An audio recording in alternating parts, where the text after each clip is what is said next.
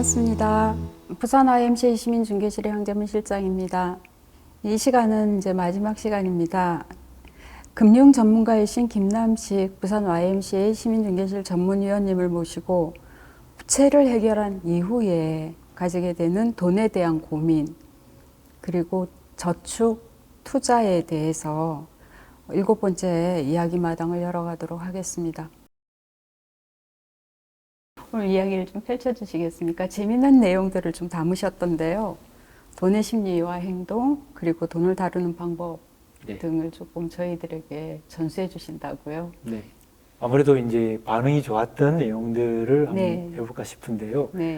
작년에 제가 우리 자활 영역에 계신 우리 청년들 대상으로 그분들의 어떤 자산 형성, 그리고 또 돈에 대한 생각들을 한번 조금 더 정리를 해보자 가지고 돈의 심리학이라는 강좌를 개설했고 한 3차례 정도 이렇게 한 70여 분 정도의 강의를 했었는데 상당히 호응이 좋았고 또 요즘 청년들이 책을 읽는다는 게 참 쉽지가 않습니다. 뭐 유튜브 영상도 많고 또 굳이 글자로 된 책을 본다는 게 쉽지는 않은데 근데 그 돈의 심리학 강의를 들으셨던 청년들이 책을 읽겠다. 그래서 저희가 또 이렇게 예산을 만들어서 이렇게 돈의 심리학 두 권 책을 또 우리 청년들한테 드리고 같이 또 이렇게 읽고 내용을 나누는데 그 내용이 너무 좋아가지고 오늘 이 시간에 한번 소개를 해볼까 싶어서 책도 가져왔고 내용을 한번 정리해봤습니다. 로건 하우젤이라는 아주 젊은 미국 사람인데 그 돈의 심리학에 또 부제가 사실은 돈의 심리학이라는 책 제목은 참 마음에 드는데 부제가 좀 저한테는 가벼운 주제가 아닙니다. 한번 읽어보시겠습니까? 당신은 왜 부자가 되지 못했는가? 그렇죠. 사실 저도 부자가 아닌데 뭐 실장님 부자신가요? 저는 아닙니다. 그렇죠. 근데 이 저자의 핵심은 우리 돈을 다루는 데서 돈 하면 경제하면 왠지 숫자, 과학이 아닐까라고 이야기하는데 이분이 미국의 자본주의 역사도 그리고 또 미국의 큰 부자 내지는 안타깝게도 파산한 사람들 다 조사해 보니까 돈과 경제는 숫자와 과학이 아니라 역사와 심리적인 문제였다라고 이렇게 이야기하고 있습니다. 그래서 그걸 조금 더 이야기하면 크게 두 가지로 그러니까 돈으로 성공한 사람들은 그 개인의 수학적 지능이 아니라 그 사회적인 환경, 운에서 많이 좌우됐다라는 분이 이야기하고요. 또 두 번째는 심리적인 요인이었다 이야기하는데 운과 관련된 내용을 조금 더 이야기해도 될까요? 말씀해 주십시오. 혹시 빌 게이츠 아십니까? 알고 있습니다. 세계 뭐 10손가락 안에 드는 부자입니다. 그렇죠? 그런데 중학교 시절에 그 컴퓨터를 만나게 됩니다. 빌 게이츠가 중학교가 언제냐면 1968년이라고 합니다. 레이크사이드 중학교인데 거기에서 빌 두걸이라는 수학과학 선생님을 만나고요. 이분이 그 시절에 학교에 컴퓨터가 없던 시절입니다. 학부모 회의에 요청해가지고 우리 학교에 컴퓨터 하나를 사달라 하는데 빌려달라 했어요. 너무 비싸니까. 근데 선생님의 요청을 받아서 학교에 컴퓨터를 옵니다. 그때 빌 게이츠, 그 다음에 폴 앨런, 켄트 에버스는 이 삼총사가 매일 머리 맞대고 프로그래밍을 공부하는 거예요. 그래서 어떤 일이 있었냐면 학교에 시간표, 수강 신청을 프로그램 해가지고 선생님이 이때까지 일일이 손을 했던 거를 하루 만에 그는 아주 이틀을 쳐준 거죠. 근데 그래서 그 빌 게이츠가 그때 기억을 가지고 2005년도에 학교 졸업식에 참여해서 이런 말을 했답니다. 내 인생에 있어서 레이크사이드 중학교가 없었다면 지금의 마이크로소프트도 없었을 것입니다.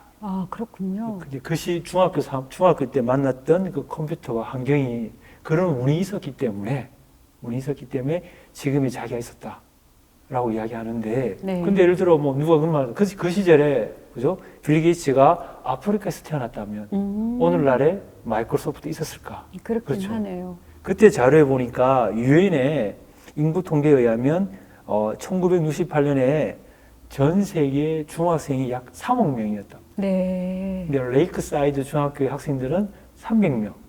그러니까 그 3억 명 중에 300명이 들어갔을 때는 100만 분의 1 확률이라는 거죠. 그런 면에서 운이었다. 또 다른 케이스가 있는데 빌 게이츠 이야기입니다. 네. 아까 삼총사라고 이야기했지 않습니까? 네. 그런데 마이크로소프트는 두 사람이 창업을 합니다. 빌 게이츠와 그 폴 앨런이라는 친구입니다.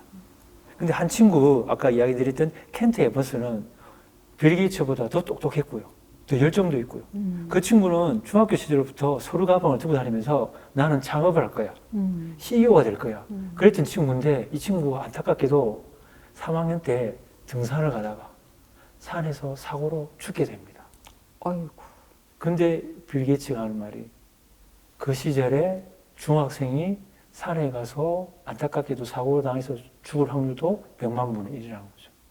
그래서 본인이 이렇게 성공할 수 있는 것도 사회적 여건도 있었지만 운도 따랐다는 이야기를 빌 게이츠가 이야기했고 또 그 이야기를 이 모건 하우젤이 담겨져 있다는 거죠. 그래서 본인이 미국 사회에서 태어났고 또 레이크 사이드에서 컴퓨터를 배울 수 있는 계기가 만났고 그런 여러 가지 여건이 되었기 때문에 그래서 항상 본인의 성공은 본인의 힘이 전적이 아니기 때문에 겸손하고 그리고 본인의 성공을 이겼던 이 텃밭 사회를 향해서 자기의 그 성공을 다시 환원하는 이런 뭐 이야기를 했게 있고 그래서 금융과 돈과 관련된 성공의 첫 번째는 운과 관련돼 있다 이야기했고요.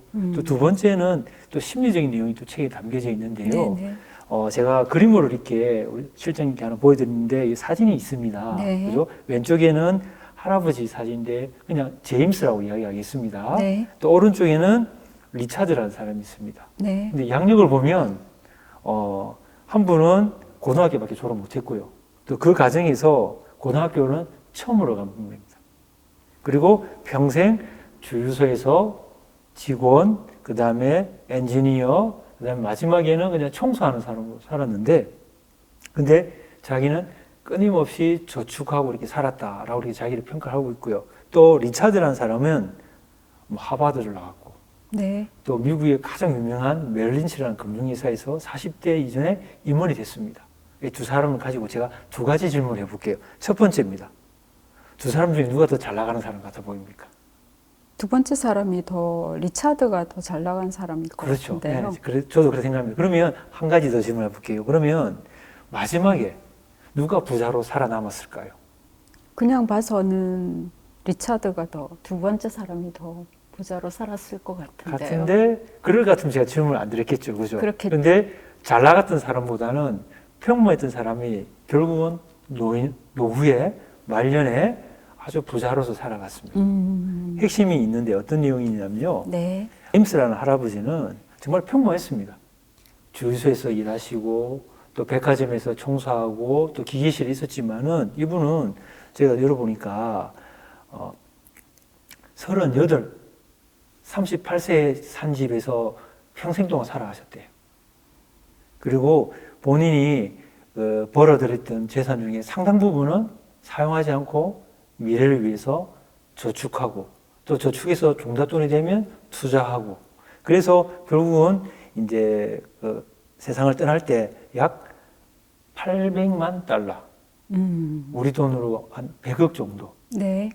남기셨는데 가족들에게는 200만 달러를 유산으로 남기고 나머지 600만 달러는 마을에 있는 도서관과 지역의 병원에서 어린이들을 위해서 이렇게 유산을 남기고 근데 이제 잘 나갔던 리차드 같은 사람은 어땠냐면요.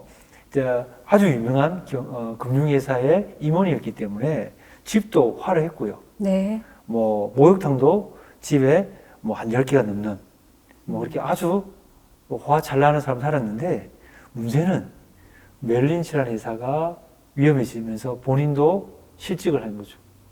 그리고 중요한 거는 앞으로도 내가 계속 돈을 벌 수 있을 거야 라는 그런 기본적인 심리와 철학을 가지고 계속적으로 과소비를 했다는 거죠. 그러니까 현재 소득보다 더 많은 지출을 했는데 어느 날 실직과 함께 일에 대한 기회를 잃어버리니까 빚이 돼버리고 파산해버리고 그렇게 된 거죠. 네. 그러니까 차이가 있다면 두 사람이 돈에 대한 생각이죠. 한쪽은 내가 번 것을 다 쓰지 않고 그죠?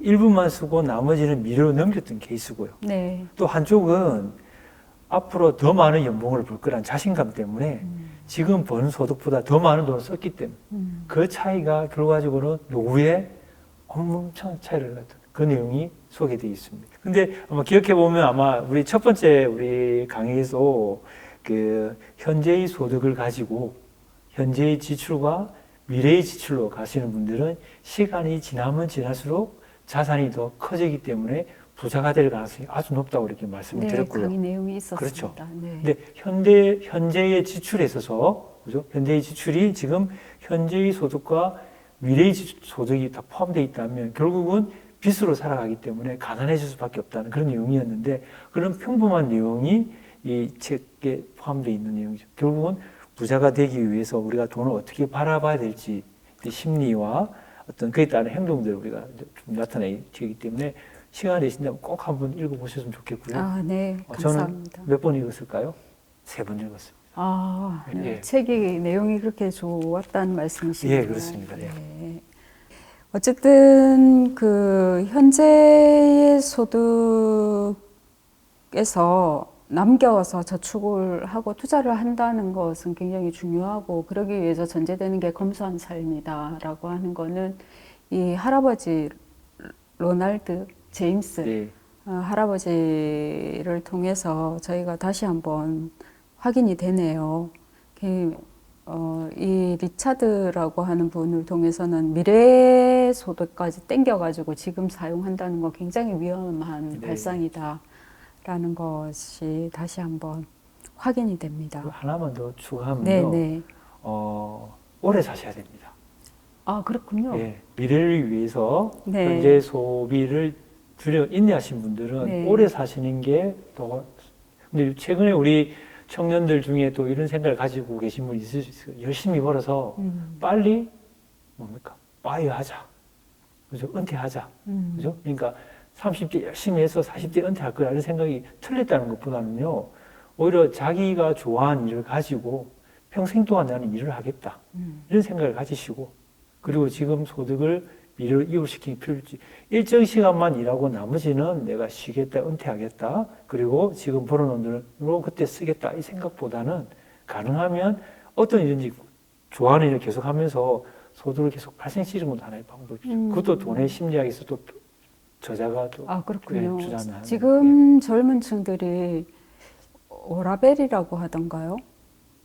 짧게 굵게 벌고 네. 남은 시간을 즐기자. 네. 이렇게 생각하던 것 같던데 그거하고 조금 다르네요. 근데 예를 들어 돈을 위해서 일하는 거하고 그죠? 인생을 위해서 일하는 건 좀 다르겠죠, 그죠? 그렇군요. 네. 그래서 가능하면 자기가 좋아하는 일을 찾아서 계속적으로 일을 할 수 있다는 게 우리도 필요하지 않겠나 이런 생각도 가지고 있습니다. 네. 네. 실장님, 제가 책 한 권 더 소개해도 될까요? 네. 예. 한 25년, 30년 좀 지난 책인데 그 이웃집 100만 원 전자라는 책이 있습니다. 이 책은 미국의 부자들 1000명을 대상으로 20년 동안 추적 조사를 한 건데요. 네. 근데 자, 100만 전자라면 뭐 현금이 한 10억 정도 있다는 30년 전 기준이기 때문에 좀 큰 내용인데요. 네. 그러면 이 내용을 보니까 보통 부자가 되려면 사업을 하거나 의사가 되거나 뭐 변호사 이런 전문 직종이겠죠, 그죠? 네. 그런데 미국의 부자들 중에 35%는 그냥 평범한 근로자였다는 겁니다. 네. 그러니까 급여를 받고 또 가족을 키워서도 부자가 됐는데 그 특징이 뭐냐면 그분들이 자기 소득의 10%에서 15%를 쉬지 않고 멈추지 않고 적립을 했다는 거죠. 적립을 했는데 적립은 이후에 저축을 했는지 투자를 했는지는 그 다음 방법이고요. 일단은 자기 소득의 10%를 계속적으로 저축을 했다는 건데 이런 책도 있었대요. 3000년 전에 있었던데 바빌론의 부자에 대한 책인데 거기도 보면 한 7가지 정도 부자 되는 방법이 있는데 첫 번째 단락이 뭐냐면 자기 소득의 10분의 1을 저축하라. 이미 3000년 전에. 예, 그렇습니다. 그래서 정말 멈추지 않고 쉬지 않고 자기가 소득이 발생한다면 그 소득의 10%를 계속 자기를 위해서 적립하는 게 어찌 보면 부자가 될 수 있는 가장 심리적인 그 심리를 유지해야 된다는 거고요. 그러니까 습관되어 있는 저축은 돈을 버는 방법이다. 아주 오래 전부터 증명이 된 거네요. 그러면서 이제 그 심리적 내용, 돈과 관련된 심리를 아주 가정에서 잘 풀어내는 사람들이 있습니다. 바로 유대인들입니다. 오. 세계 금융시장을 좌우지한다는 유대인들이 네. 어릴 적부터 가정에서 돈과 관련된 행동들 4가지를 가르칩니다. 네. 그 안에 보면 참 돈과 관련된 심리 행동이 아주 그 절묘하게 들어있는데요. 4가지니까 뭐 실장님께서 하나, 둘, 셋, 넷 한 문을 떼어 보시죠. 첫째. 예, 돈을 버는 방법. 그러니까 유대인들은 돈은 하나님께서 주신 것이기 때문에 정직하게 성실하게 벌으라고 하고 있습니다. 둘째는요? 돈을 쓰는 방법. 그러니까 지혜롭게. 그리고 돈을 어디에 쓴지 어릴 때부터 우리 용돈 기입장 같은 거죠. 돈을 쓴 내역들을 반드시 기억하라고 가르치고 있습니다. 네, 셋째는요? 돈을 불리는 거예요. 근데 돈을 어떻게 불리냐면요. 우리는 돌잔치를 하지 않습니까? 네. 유대인들도 돌잔치가 있을까요? 그건 모르겠습니다. 근데 그 13세 되면 성인식을 한답니다. 성인식을 하는데 성인식을 하게 되면 일가 친척들이 우리 돌잔치 때 돈을 주는 것처럼 일가 친척들이 막 돈을 준답니다. 근데 공짜로 받는 게 아니고요. 네네. 그 이제 13세 때 그 청년 아이들은 일가 친척들 앞에서 자기들의 율법, 토라를 이제 자기가 생각하는 걸 이제 이야기하는 거죠. 그래서 유대인은 이 애가 이제 어른이 되었구나 하면 이제 일가 친척들이 돈을 주는데 그래 그 돈을 모으면 보통 가정마다 약간 차이가 있지만 보통 3천만 원에서 5천만 원이 된다. 어마어마하죠. 네. 그럼 걔네들이 그냥 가는 게 아니고 부모님들이 함께 이제 대학 갈 동안 사회 진출할 동안 그 돈을 불려 나가는 거죠. 네. 그러면 특별한 실수를 하지 않는다면 대부분의 유대인들 청년들이 20세가 됩니다. 한 1억 정도의 돈을 가질 수 있다. 그것도 방법이네요. 네. 네. 그러면 그 돈을 가지고 창업할 수도 있는 거고요. 네. 내지는 그 돈을 가지고 금융회사 취직해서 고객의 돈도 불리지만은 또 본인의 돈을 불려가는 거죠. 네네. 그래서 미국의 뭐 실리콘밸리라든지 흉한 그 창업 세계에 보면 유대인들이 그러니까 기업을 많이 만드는 이유가 이미 기업을 시작할 때 그런 종잣돈이 있기 때문에 네. 그런 경우가 있죠. 넷째는요? 예, 돈을 나누는 방법이죠. 유대인들 보면요, 그 현관 앞에 보면 조그마한 저금통이 있습니다. 네. 저금통인데 그 저금통에 돈을 모으면 어떻게 하냐면요, 어릴 때부터 자기 학교나 마을에 힘든 친구들, 어려운 사람들 도와주는 거죠. 그래서 째데까라는데요.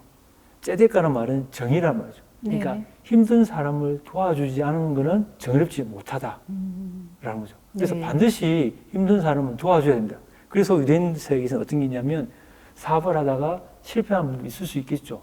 그래서 본인이 스스로 이렇게 해결할 수도 있겠지만 주위에서 많은 분들이 도와준다는 거죠. 그래서 그 돕는 게 정의롭다. 네. 그래서 돈은 벌고 쓰고 불리고 나누는 것. 이 4가지를 심리와 함께 행동으로 가르치다 보니까 유대인들이 돈에 대해서 정말 돈을 다스릴 수 있는 돈을 이렇게 뭔가 충분한 수단을 활용할 수 있는 사람들이 되는 것 같아요. 그래서 유대인들이 많은 미국 사회가 자선이 그렇게 잘 되어 그렇죠. 있는 것 같네요. 네. 우리가 보통 장기 투자하면 복리를 생각하거든요. 복리를 한 문장으로 정리할 수 있을까요? 네, 해보겠습니다. 복리는 이자의 이자, 또 이자가 붙는 걸 복리를 하는데 네. 그것까지는 좀 반이고요. 한 가지만 더, 70이라는 숫자를 꼭 기억해 주셔야 됩니다. 72. 72에다가 자기가 1년에 10% 정도 수익을 낸다 하면 72에다가 10을 나눠보는 거예요. 그러면 7이 나오지 않습니까? 그러면 매년 내가 10% 수익을 내긴다 하면 달리일 경우에는 10년이 걸리지만은 복리일 경우에는 7년이면 내 원금이 2배가 되는 거죠. 간단하게 말씀드리면 내가 가진 원금이 2배가 되는데 얼마만큼의 기간이 걸리느냐 이거잖아요. 근데 한쪽에는 10년이고 한쪽에는 7년입니다. 그게 달리와 복리의 차이점이죠. 그만큼 기간이 많이 안 걸린다는 게 복리의 개념이겠죠. 네. 소장님, 그렇다면 돈에 대한 심리, 그 다음에 그 행동, 이런 것들에 대해서 지금 말씀하셨는데요. 그럼 지금 제가 바로 실천해야 할 게 뭘까요? 예. 제가 앞서 말씀드린 거는 10% 저축을 하자고 말씀드리지 않습니까? 그렇죠. 그러면 10% 저축을 하기 위해서 그 사전에 제가 어떻게 해야 될지를 이제 설명을 드릴게요. 자, 우리 가정경제의 핵심은 수입에서 지출, 이게 저축이 되느냐, 아니면 부채가 되느냐. 자, 여러 번 말씀드렸습니다. 결국은 어떻게 돈을 쓰느냐 문제인데요. 제가 혹시 통장 나누기 들어보셨습니까? 통장을 왜 나누죠? 사용 목적에 따라서 4가지로 이렇게 한번 나눠드리는 걸 제가 추천드립니다. 기본적으로 우리가 급여를 받으시니까 급여 통장이 있으세요. 그죠? 그럼 급여 통장에 우리가 그 통신료라든지 또 집안의 가정에 가스, 공과금이라든지 이런 기본적으로 고정 비용을 이렇게 자동이체로 걸어 놓으시는 거고요. 네. 두 번째는 오늘 점심 식사라든지 교통비라든지 이렇게 매일매일 수시로 나가는 것들. 그죠? 그런 걸 또 따로 두는 거고요. 세 번째로는 우리가 하찮은 그 비상금, 그죠? 변동 지출을 만드는 거고요. 네 번째는 저축 통장을 이렇게 만드는 거예요. 그러면 한 달에 소득이 들어오시면 기본적으로 고정 지출이 얼마인지 아마 아실 거예요. 그죠? 네. 그리고 또 수시로 나가는 것도 얼마 아실 거예요. 근데 보통 이 부분들이 한 달 소득의 보통 한 70, 80% 차지하는 거예요. 비상금 같은 경우도 쓰든 안 쓰든 이렇게 떼놓는 거예요.